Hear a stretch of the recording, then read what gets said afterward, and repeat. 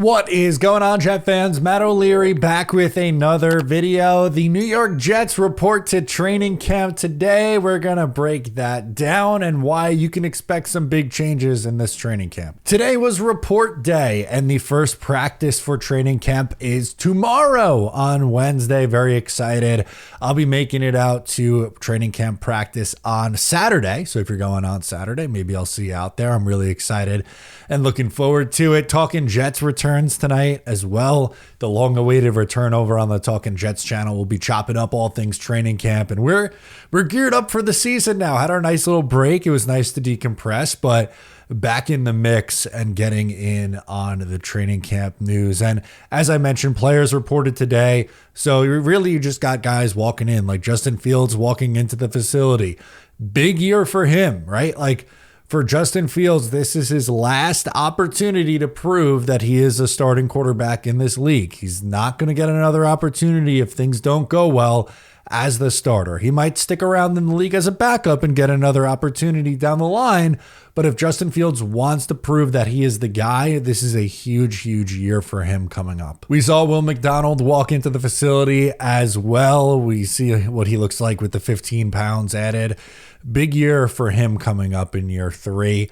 Really took a nice step forward year 1 into year 2. Now for him, can he improve in the run game? I think the added weight should help that. You don't want to lose too much juice off the edge with a guy like him. So we'll keep an eye on if his added muscle and weight impacts how he is as a rusher. But hopefully this adds, a more positive to his game to make him a well-rounded player. Finally, Jermaine Johnson, he's returning from the injury. No boot, nothing on Jermaine Johnson. He's starting on the PUP list. He's been training. He feels ready to go. The Jets want to take it slow. I have no issues with that. I'm sure if you're going out to training camp, you'll see Jermaine on a bike or working off on another field by himself. In due time, he will be activated and return to the regular roster. And there's another guy who has a really big year ahead of him and contract talk coming up soon, right? Like, he didn't get an extension this offseason coming off the injury. No one really expected him to.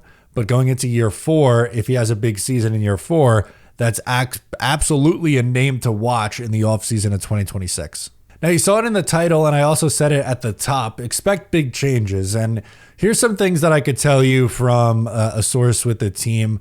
I was told that the overall vibe in the building has been, but especially today on the first day in, it's less rah-rah cheerleader type and more just putting heads down and getting to work. And I'm not saying one is better than the other. You believe what you want to and how the right approach is for this team.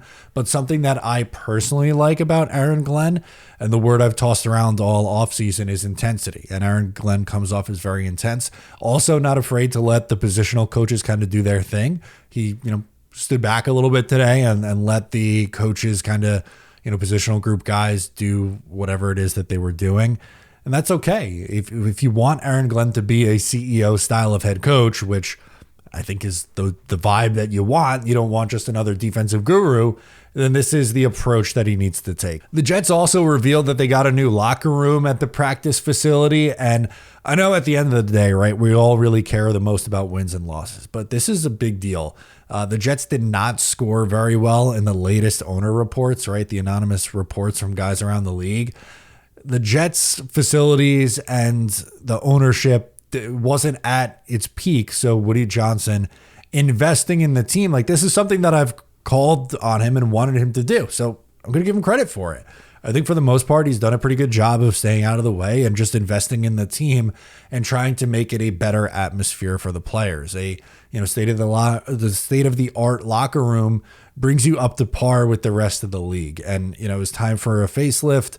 I heard rumblings about this for, a little bit now. They revealed it today, and I think it looks gorgeous. I'm really excited about it. And if these guys are comfortable and you're giving them a good working environment, it's going to make them want to stay. It's about keeping morale high, right? And again, wins and losses is the most important, but you can't run a complete dictatorship and you have no amenities for a player.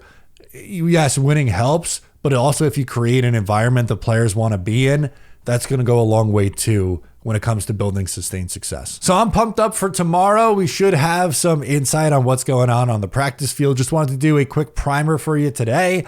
Let me know your thoughts down below in the comments. I'm Matt O'Leary. Subscribe here if you're new, and I'll catch you next time.